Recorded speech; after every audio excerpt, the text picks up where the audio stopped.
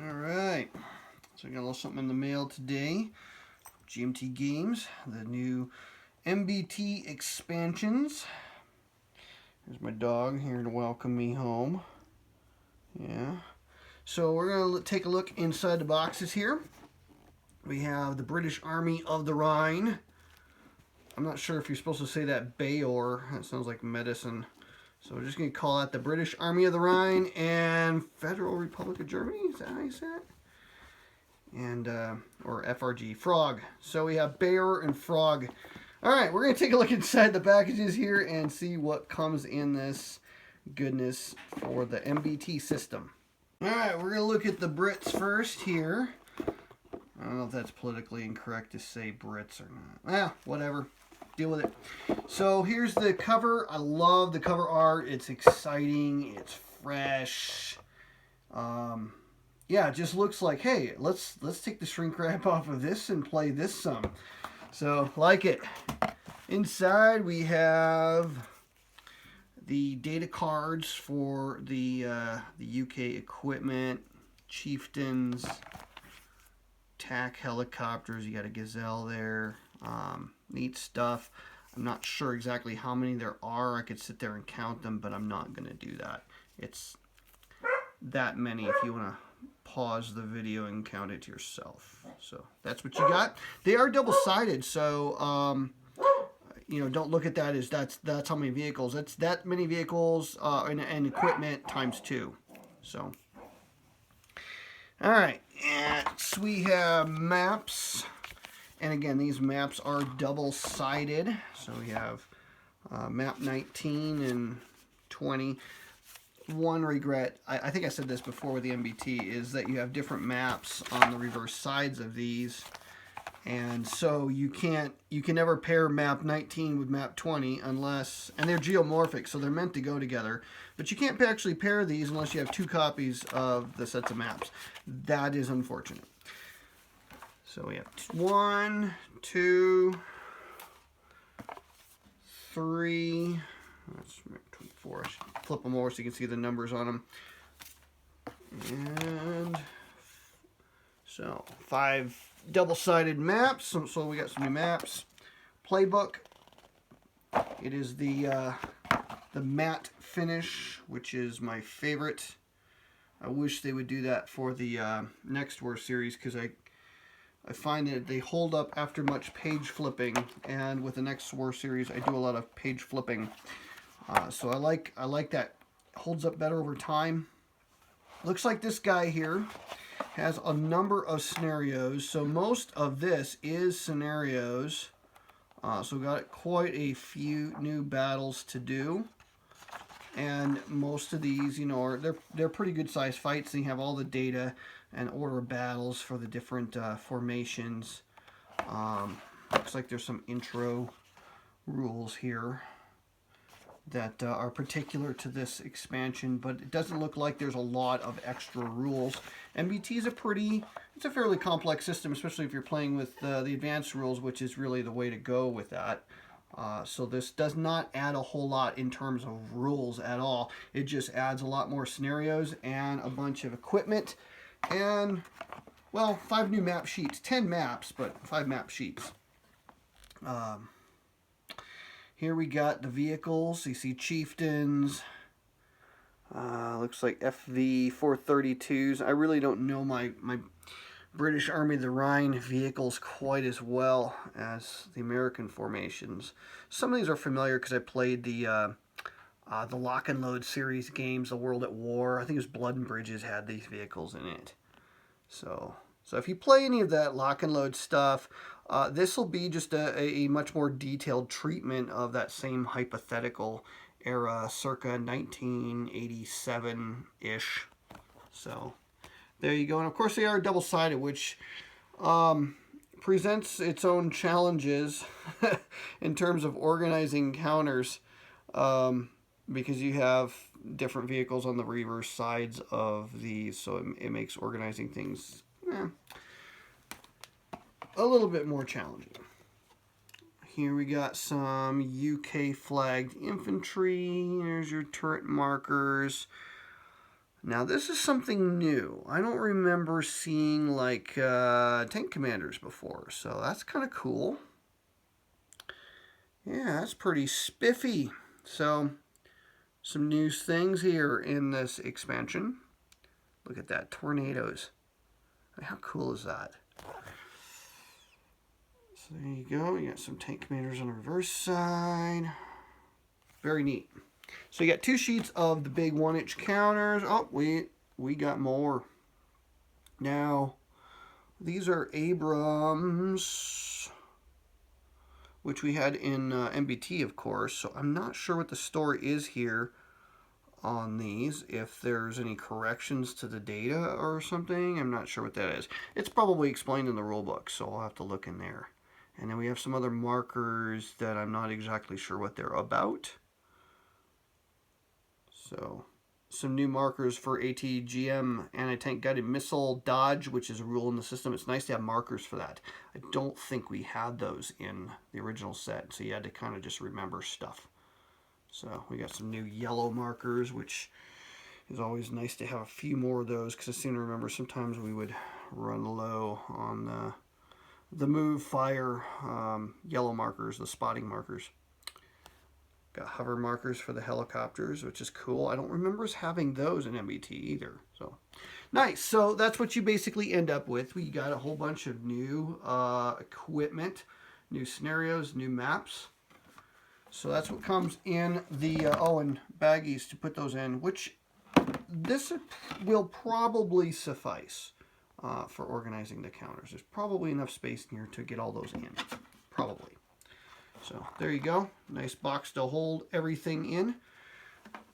Next item up, we'll take a look at the West German order battle for MBT system. The game, I'm just going to call it Frog, MBT Frog. So we'll look at that one next.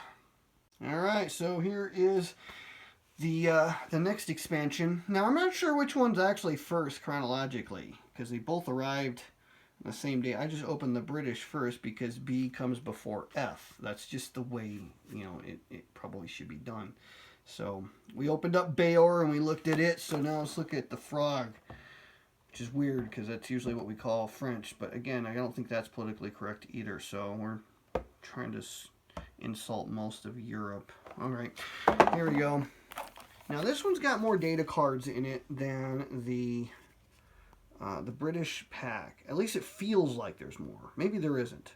Zoom in and watch that for yourself. You can count those yourself, and they are double-sided. So you got leopards, and you got alouettes and Iroquois, and just all kinds of fun 1980s-ish era of the best music. And yeah, the war that never was. Thank goodness. So here we are. Data cards. Now we got map sheets again. Same story as before. They are double-sided. Okay, here we go. So it looks like this is the first expansion, and then the... so I did it backwards, sorry. I didn't think there was that many maps. So this is probably 12 and 13. And... yeah, 14, 15. I mean, it's not unlikely you're going to need but map 15 and 16 together, but or 16, 17, however it works together, but yeah, it's nice. You have quite a lot of variety. Yeah, 15 and 16. And again, if you didn't see before, that's how big these maps are. They are geomorphic. They will fit together. And there are apparently 5 sheets in here for a total of 10 maps. So between the 2 expansions, you got 20 new maps. So there is 16 or 17 and 18. That's why the other ones, the number started so high. So lots of new maps, new terrain for new battles. Check it out, railroad tracks. Get out your N gauge. All right, here we are with the counters.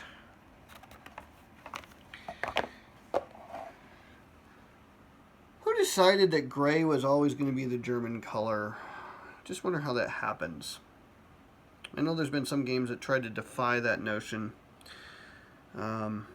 Some of the Avalon Hill games. There was an Avalon Hill game where they were green, and then the Allies were blue, and it was just really weird because every other game's the other way. So, anyways, here we are. Gray Germans, big shock.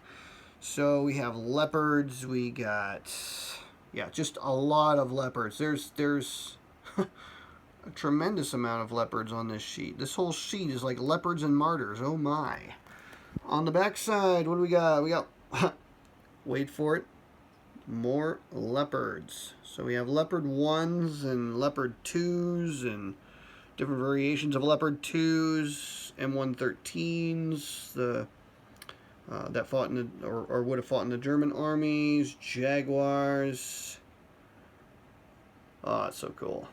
Good stuff. So you got a whole sheet of this.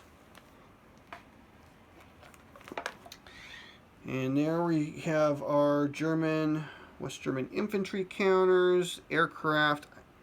Love the artwork for these. More tornadoes, Iroquois, Alouettes, PH1s, whatever its nickname is. And this is something really cool. Now, I'm not sure what the deal is with these, but I noticed it with the British expansion that there are like tank commanders or something. So that's kind of cool. Gepards. Oh man, it's cool. Just drooling over this. So we got some more Soviet commanders, some more US, West German. They are double-sided. Got some more Russian commanders. VP markers down here. That's something new. I don't remember seeing VP markers before. So that's kind of cool. Some useful new markers. And now once more, I find some M1 Abrams. This must be something to correct maybe a defect in the MBT, but I don't know what that is. I'm just guessing. I could be really wrong on that. Some more yellow counters, hovers, and ATGM dodge markers, which are useful. We saw that in the British expansion. And some more numbered markers, the utility of which I believe is to mark hidden units with. So. Alright, it's been a little while since I played, but this is going to get on the table here. Playbook is same stock, and by the way, again, the cover art is just striking. It just says, hey, whatever you have on the game table right now, get it off. You need to put this on there. This needs to be played. So, I like that. Playbook appears to be about the same thickness as the British one. Again, it is the matte finish. It's got tables of organization and equipment in it. Some new terrain explanations and explanations. There it is, explanations of the counters. So there's some rules for leaders, and then some of the new markers here. Oh, okay, those are small arms. That's what those guys are denoting. I couldn't remember what SA was. And then the dodge markers, target acquisition bonus markers. That's what those little targets are. Okay, so a couple of new rules. Not a lot. I mean, we're talking like 6 pages of new rules. So the vast bulk of this is tables of organization and equipment and scenarios. So we got lots and lots of scenarios in here. And your setups and everything. It's just... it's really cool. Now, I'm going to wrap this video up with a suggestion.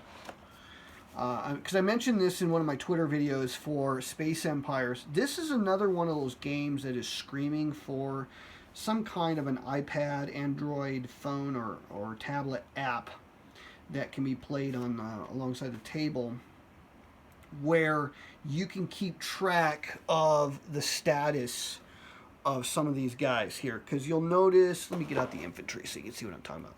There's really nothing on these infantry pieces except for a number. That's really all that's on there.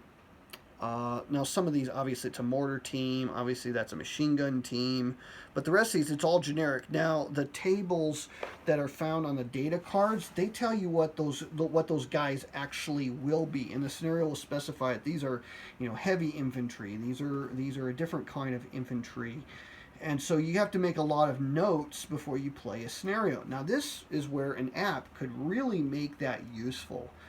Where you could actually keep track of who has what equipment, which one of these guys has shoulder launched anti-tank rockets, and how many of them they still have on hand. How many shots does that tank have of heat ammo or HESH ammo, etc.? So that's something that an app would really, really help and make the game an even more enjoyable experience. I enjoy this game. It's a fairly heavyweight game. It's not ASL heavy, but it's pretty detailed. So, and it's detailed with an emphasis on vehicles more than on the infantry end of things. But that's what comes in the new expansions. Lots of good stuff here for the hypothetical, the war that never was, circa 1987 in Western Europe. I'm Joel Toppin. That's what comes inside the box.